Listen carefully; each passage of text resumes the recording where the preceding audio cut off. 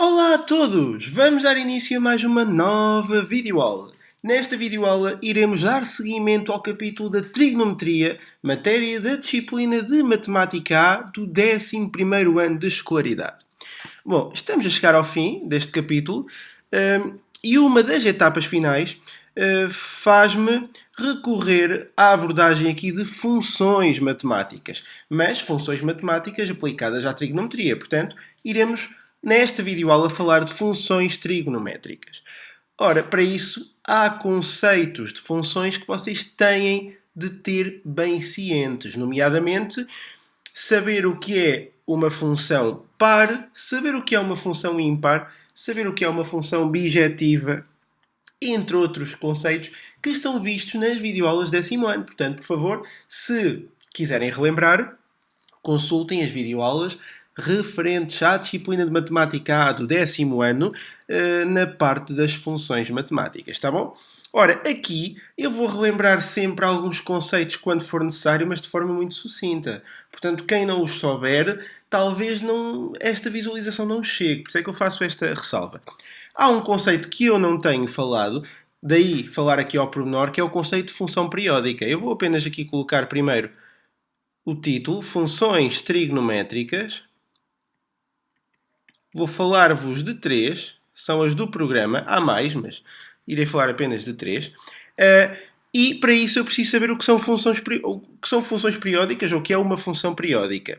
E uma função periódica diz-se periódica se existir um número real positivo, tal que, eu vou colocar aqui, f de x mais esse número real, podendo ser considerado p, é exatamente o mesmo que f de x. Isto, qualquer que seja, ou para todo, o x pertencente ao domínio da função e de modo a que x mais esse ponto pertença ainda assim ao domínio da função. Isto é muito importante ter em consideração, está bem? Portanto, o que é uma função periódica? É uma função que, de p em p valor, eu voltarei ao valor inicial. Simples. Agora, quando o p é o meu primeiro p positivo, eu designo de p0. Ou seja, é o menor valor positivo, claro está, que confere periodicidade, ou seja, que verifica esta condição. Que confere periodicidade à função. E este P0 iremos considerá-lo o período fundamental da função f, ou o período positivo mínimo de f. Tá bom? Portanto, eu vou deixar aqui já um conceito importante e a ter em consideração, claro está. A ele iremos chamar período fundamental de f, ou seja, da função f, ou período positivo mínimo. Mínimo. Ok. Isto é muito importante a ter em consideração. Tá bom? E acabei de vos falar de quê? De periodicidade de funções, ou seja, de funções periódicas. Periodicidade. Bom, outro conceito que importa reter aqui, principalmente nesta videoaula, é o conceito de paridade de funções. Paridade. Quanto a funções par e ímpar. Bom, para que uma função seja par, eu creio que é simples perceber o conceito. Creio eu. Não penso que seja preciso mencionar muito aqui. Basicamente, f de menos x terá que ser igual a f de x. Isto, qualquer que seja o x, pertencente ao domínio da função. E isto é o que significa a função ser par, está bem? F do objeto negativo, do simétrico do objeto, tem que ser igual ao f do objeto, ou seja, a imagem do simétrico do objeto tem que ser igual à imagem do próprio objeto. Ok, então e se for ímpar?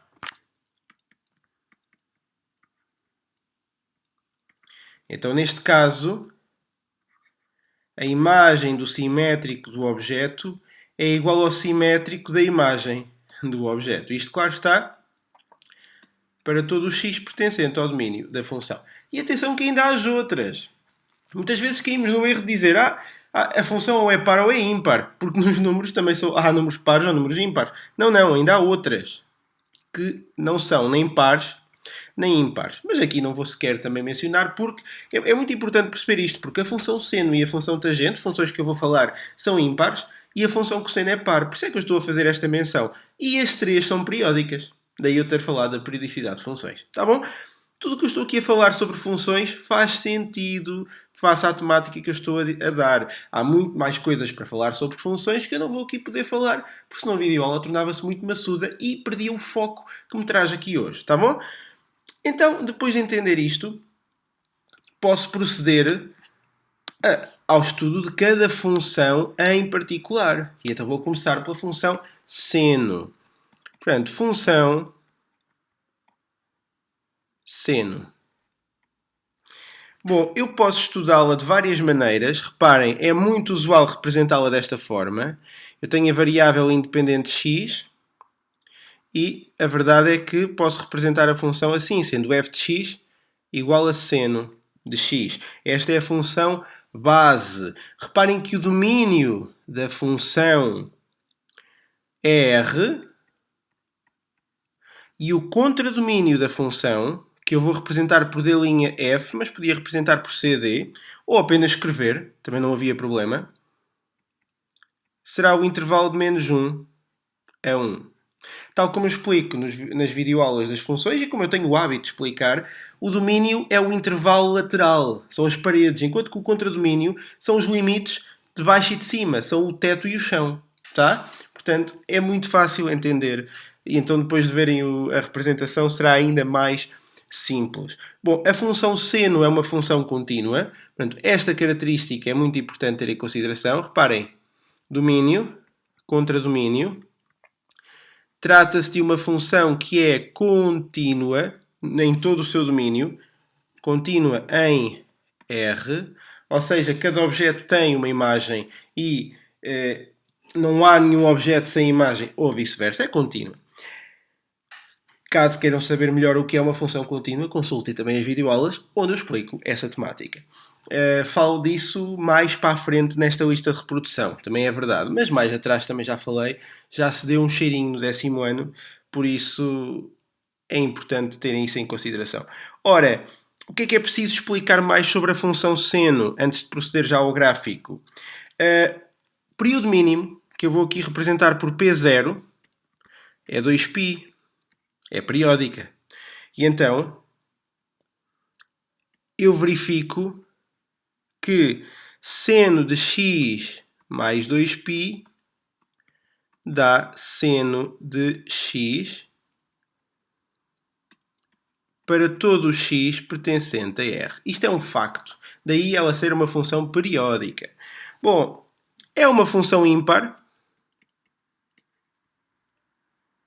Sendo uma função ímpar, eu verifico que seno de menos x será igual a menos seno de x. Também já aqui falámos. E agora convém falar daquilo que falta, extremos e zeros. Ora, quanto aos extremos, importa reter dois, o máximo e o mínimo. Portanto, o máximo é 1. Isto para x igual a π sobre 2 mais 2kπ com k pertencente a z. Cá está o 2π como sendo o P0, mas depois 2π, 4π, 6π, 8π. Sempre que eu multiplico o número k, que é inteiro, que pertence ao conjunto dos números inteiros, a 2π, eu posso salvaguardar que tenho 2π, 4π, 6π, 8π, menos 2π, menos 4π, menos 6π. E se a esse valor eu somar o π sobre 2, salvaguardo que atinjo sempre o máximo da função, que é 1. Tá bom? Bom, mínimo é menos 1 para... Agora é muito importante ter isto em consideração. X igual a menos π sobre 2 mais 2 kπ, também com k pertencente a z. E a explicação é a mesma do máximo, não tem nada que saber, tá bom? Em π sobre 2 é 1. Somando ou subtraindo 2π ou 2kπ, eu volto sempre ao 1. Quando x é menos π sobre 2, o y é menos 1. E se eu somar ou subtrair 2kπ, então verifico que atinge sempre o mínimo menos 1. Ora, zeros. Quanto aos zeros, muito simples. Seno de x é zero. Logo, o x será igual a kπ. Eu vou colocar outra coisa. Kπ vocês poderão não perceber. 0 mais kπ, ou seja, x será igual agora sim a kπ com k pertencente a z. Ou seja, face aos zeros, a função seno já não se repete de 2π em 2π, mas sim de π em π. E é muito fácil perceber porquê. Porque enquanto que o 1 atingimos sempre quando estamos a subir, e o menos 1 atingimos sempre quando estamos a descer, o 0 passamos por ele na subida e na descida. Por isso é que é metade do período do máximo e do mínimo. Vão perceber melhor quando virem aqui a representação gráfica. Agora é que vai ser bonito eu representar um seno aqui. Vai ser mesmo muito interessante. Vamos então ver. Vou colocar aqui π sobre 2π. 3π sobre 2, 2π. Aqui, menos π sobre 2, menos π. Menos 3π sobre 2, menos 2π. Bom, aqui terei 1 e menos 1. Bom, então vamos cá tentar já representar qualquer coisinha. Eu aqui tenho um ponto, aqui vou ter outro, e então eu vou ter isto. Certo? Agora aqui faço isto, e aqui vou voltar a ter outro ponto. Pronto. E ela continua, tá bom? Eu vou só deixar assim. Agora aqui a função faz isto, aqui volta a ter um ponto para fazer isto e também aqui continuaria. Tá bom? Eu não vou avançar sequer mais. Deixem-me só colocar aqui os valores de x. Ora, esta é a origem do referencial. Aqui terei π sobre 2, aqui terei π. Aqui 3π sobre 2, aqui 2π. Aqui exatamente o mesmo, mas negativo. Portanto, menos π sobre 2, menos π, menos 3π sobre 2, menos 2π. Cá está. Estão aqui representados os pontos mais importantes da função seno. Este é o seu gráfico, tá bom? Ora, vejam os máximos a repetirem sempre de 2π em 2π, os mínimos também, os zeros de π em π. Dá para entender. Agora, há aqui uma questão que é preciso ter em consideração, que se deve estudar na função, que é o seguinte. Esta é a função seno de x, tá bom? E eu vou frisar a cor. Agora imaginem que eu queria a função seno de 2x. Vou aqui representar a vermelho. Ora, o π sobre 2 é o x, que vezes 2 fica só π. Portanto, em π sobre 2, o comportamento seria o que na função seno é o de π. Portanto, em π sobre 2 seria 0. Reparem que em 0 era 0 também. Já em π continuaria a ser 0 e então era de esperar que fosse aqui que atingisse o máximo. Aqui seria 0, que fosse aqui que atingisse o mínimo. E então vejam que eu passo então a ter a função assim mais frequente. Ou seja, com uma frequência maior, com um período mais pequeno. E seria sempre assim.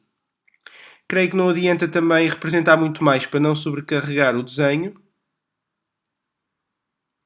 só mais um bocadinho aqui. Ora, cá está. Pronto. E para aqui o mesmo, já sabem, dá para perceber a ideia, certo? Já agora então, se eu aqui representasse a função seno de x sobre 2, reparem que quando eu tivesse π sobre 2 tinha o mesmo que o π sobre 2. Portanto, aqui em π é que eu atingiria o 1. Portanto, seria em 2π que eu atingiria o 0. Então vejam como a função seria isto, assim. E agora seria em menos π que eu atingiria ao menos 1. Eu teria verificar isto. E seria em 2π que eu atingiria ao 0. Dá para perceber a ideia? Muito importante quanto à elongação da função. Quanto a translações, então isso, ouçam, não tem nada que saber, consultem videoaulas de funções do ano, do 10º ano de escolaridade da disciplina de Matemática A e vão perceber translações em Y, translações em X. Creio que isto não será agora aqui o objetivo aqui é vocês entenderem a função em concreto. Contudo, somar ou subtrair dentro do argumento fará variar na horizontal, somar ou subtrair fora fará variar na vertical. Cá está. Somando fora há uma translação em y, somando dentro haverá uma translação em x. Também é fácil perceber isso. Reparem, seno de x mais k, translação em x, seno de x tudo mais k, translação em y. Mas isto ocorre como ocorre em qualquer função. Portanto, aí já o vosso conhecimento de trás vos é necessário para entenderem esta questão, tá bom? Portanto, quanto à função seno, estamos conversados e é assim, agora aguardem uma videoaula com resolução de exercícios, porque esta videoaula tem que ser meramente teórica. Compreendam, se não for meramente teórica, eu já vou quase nos 20 minutos. Se ainda fosse resolver um exercício deste, depois mais para o cosseno, mais para a tangente, iria tornar-se muito vasta. Portanto, o objetivo aqui é a teoria. Quando tiverem resolução de exercícios, vão perceber claramente essa teoria e vão saber aplicá-la sem qualquer problema, tá bom? Ora, vamos então avançar sem mais demoras para a função cosseno. Quanto à função seno, está tudo dito. Na função cosseno, importa aqui, e eu vou fazer de tudo para usar os mesmos tópicos que usei na função seno, para não nos baralharmos, tá bom? Então vou colocar aqui, função cosseno. Bom, e importa perceber que a função se representa desta forma, cá está, teoricamente falando, e que o seu domínio é R e o seu contradomínio é também de menos 1 a 1. Muito parecido não, igual às características da função seno. Até agora. Ora, trata-se de uma função contínua em R. Trata-se de uma função periódica cujo P0 é também 2π, e isto permite-me tirar a conclusão de que cosseno de x mais 2π dá cosseno de x para todo o x pertencente a R. Isto é importantíssimo, tá bom? Estamos aqui a falar de uma função que é uma função par. Portanto, cosseno de menos x é igual a cosseno de x para todo o x pertencente ao conjunto dos números reais, em todo o seu domínio. Agora falta também falar dos extremos. E dentro dos extremos, falar do máximo. Ora, o máximo aqui é 1. Isto para x igual a 0 mais 2kπ, ou seja, 2kπ com k pertencente ao conjunto dos números inteiros. Tá bom? o cosseno é máximo em 0 e depois somando 2kπ temos sempre, novamente, o máximo. Ora, mínimo é menos 1. Para x igual a π mais 2kπ. Isto, claro está, com k pertencente a z. E temos os termos verificados. Faltam os zeros. Quanto aos zeros, e aqui reparem que é muito importante saber que o cosseno é zero em π sobre 2. É muito importante mesmo saber isto. Ora, cosseno de x é zero, o que significa que o x será π sobre 2 mais, e agora a periodicidade em termos de zeros também aqui é kπ. Isto com k pertencente ao conjunto dos números inteiros. Então resta-me representar o gráfico. Ora, faça o gráfico.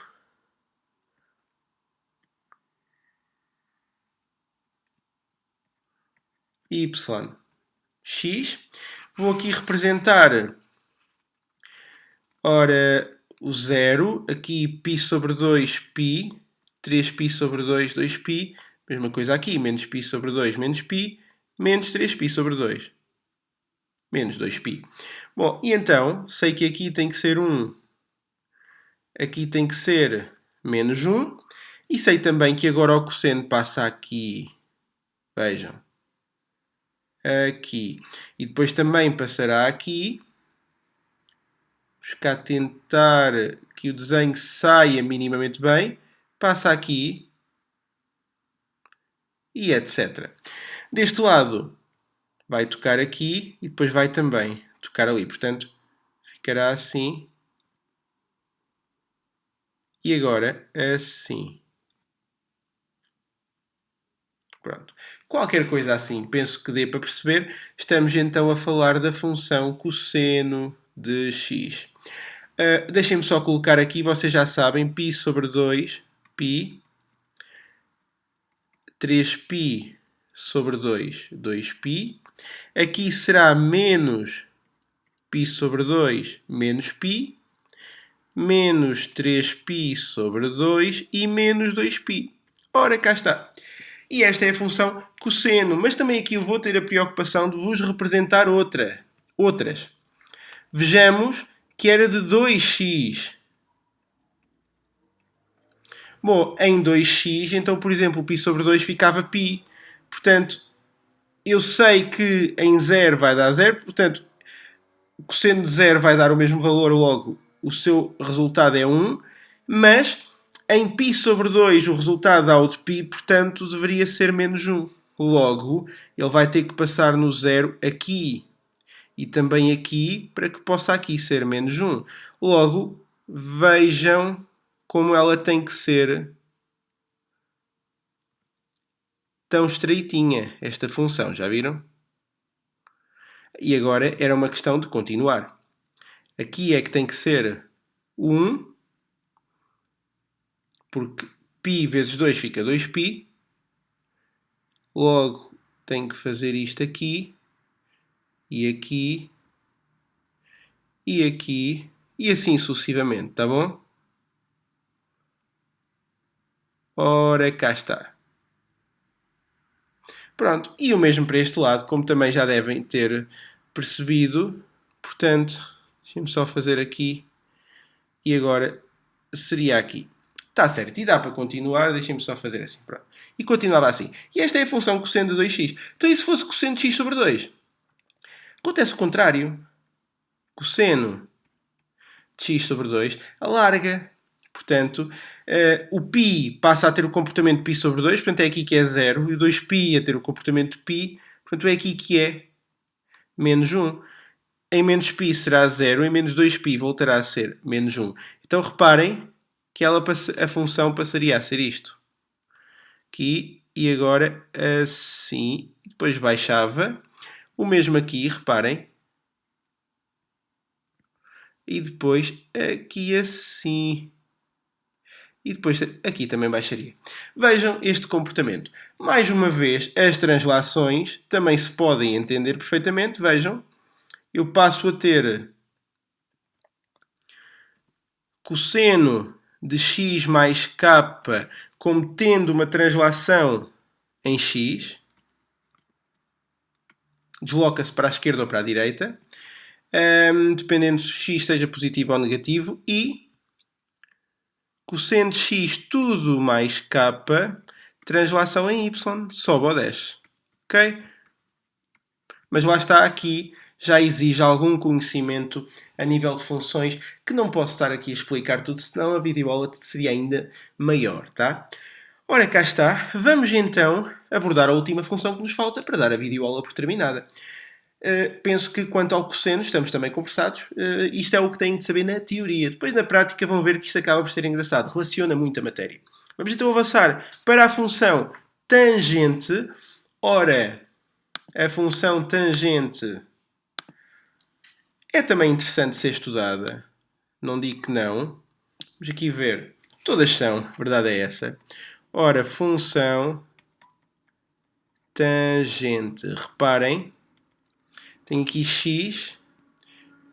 Pelo que f de x é igual à tangente de x. No computador é normal, ou nas calculadoras, que apareça tan, T-A-N, mas normalmente representa-se por TG, tá bom?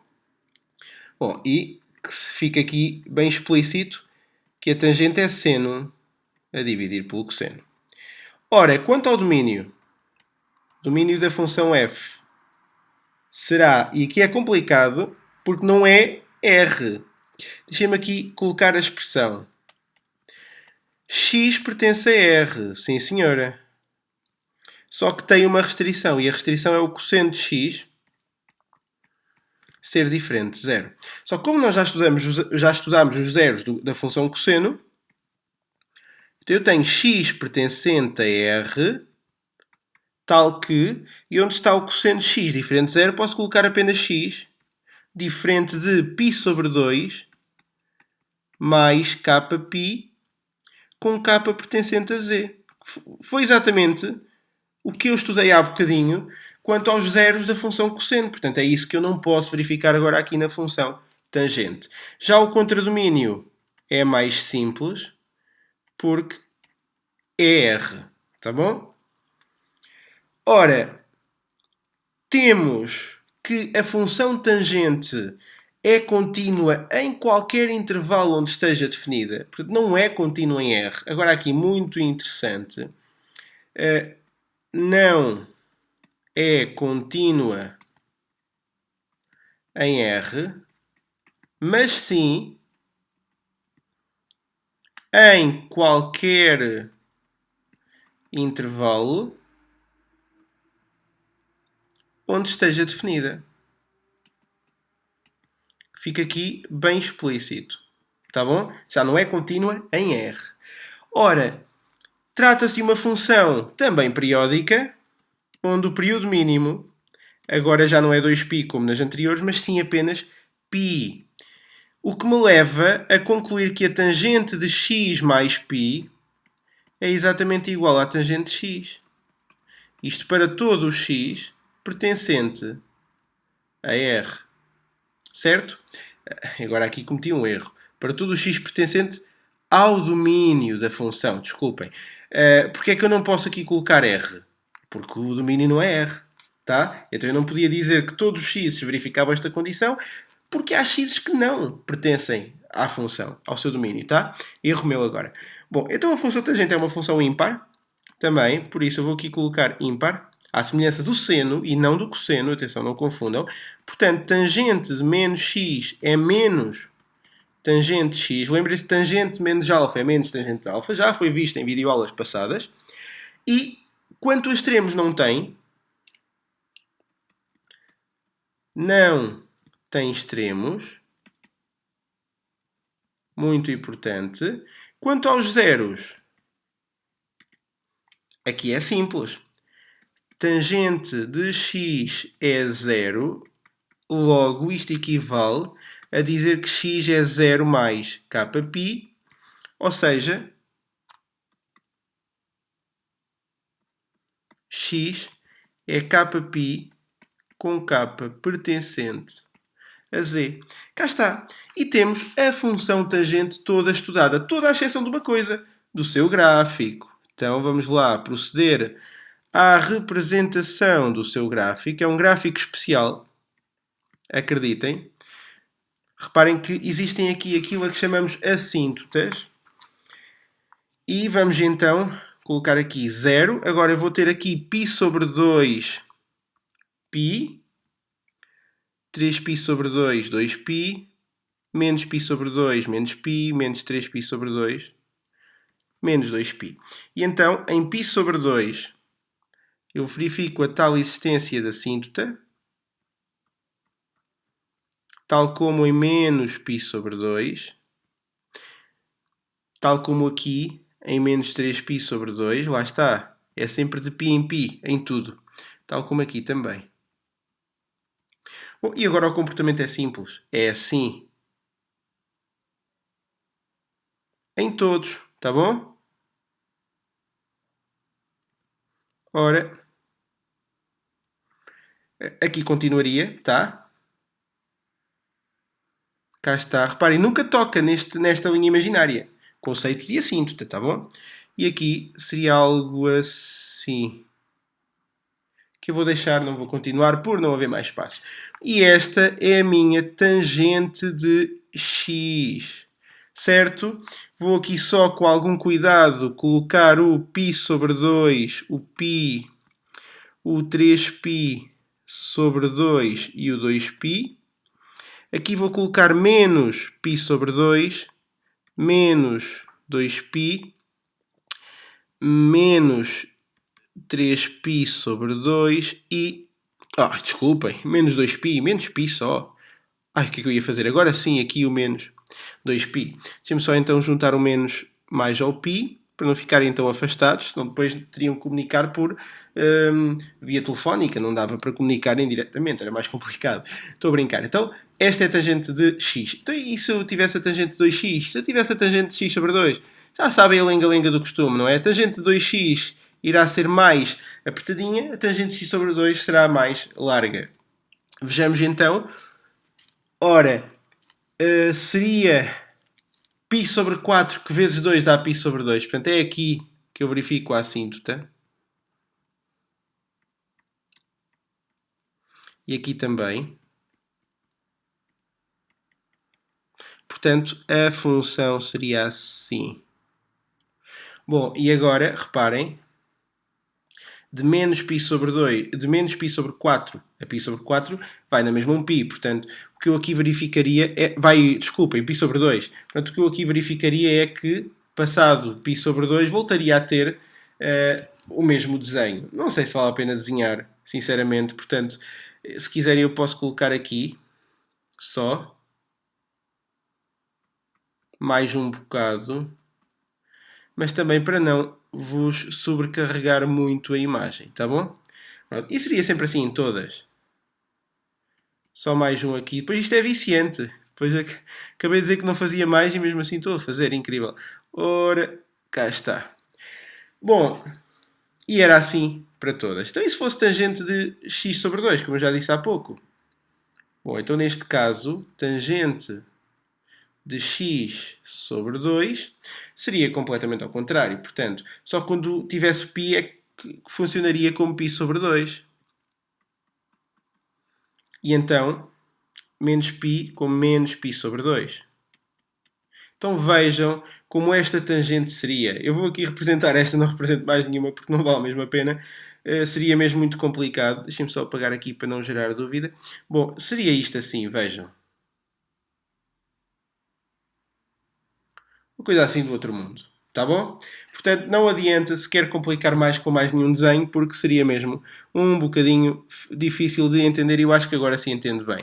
Então, e se eu tiver a tangente de x mais k? Bom, então eu tenho uma translação, deixem-me fazer assim, só para fazer a metodologia igual ao que eu tenho vindo a fazer, o mais k dentro do argumento, tenho uma translação em x, desloco a função para a esquerda ou para a direita. Então, e se eu tiver essa mesma soma fora do argumento? Bom, se eu tiver o tangente de x tudo mais k, então a translação é em y. Pronto, e assim se verifica. Um breve estudo das funções. Eu ainda não relacionei aqui os sinais, mas reparem, estas videoaulas são importantes para vocês terem uma base de estudo, mas agora só quando virem exercícios resolvidos é que vão entender melhor. E é também essa a minha esperança. Portanto, há sempre aqui coisas que ficam por dizer, coisas que até se podem entender, mas na aplicação prática de exercícios parecem ser um bocadinho mais complicadas, e é depois com a visualização da resolução de exercícios e com a vossa própria resolução que vocês irão entender da melhor forma esta matéria. Também não se preocupem, se entenderam o que aqui está escrito e explicado, então já é um bom caminho para rumo ao sucesso, tá? Portanto, não se aflijam, desculpem. Pronto, eu penso que seja tudo, não adianta massacrar-vos mais a cabeça nesta videoaula. Aguardem pela videoaula de resolução de exercícios e quando se sentirem bem, avancem então para as funções trigonométricas inversas, que é o penúltimo subcapítulo deste grande capítulo, que é a trigonometria. Relembro que termino este capítulo com a introdução e também aprofundar da temática das equações trigonométricas, resolução de equações trigonométricas, ok? Espero que tenham gostado. Qualquer dúvida tenham de me encontrar. Não se esqueçam de classificar o vídeo e de o recomendar aos vossos amigos, isto é, caso vos tenha sido útil e caso tenham gostado, tá bom? Lá está, qualquer coisa já sabem onde me encontrar. Um forte abraço matemático a todos. Adeus!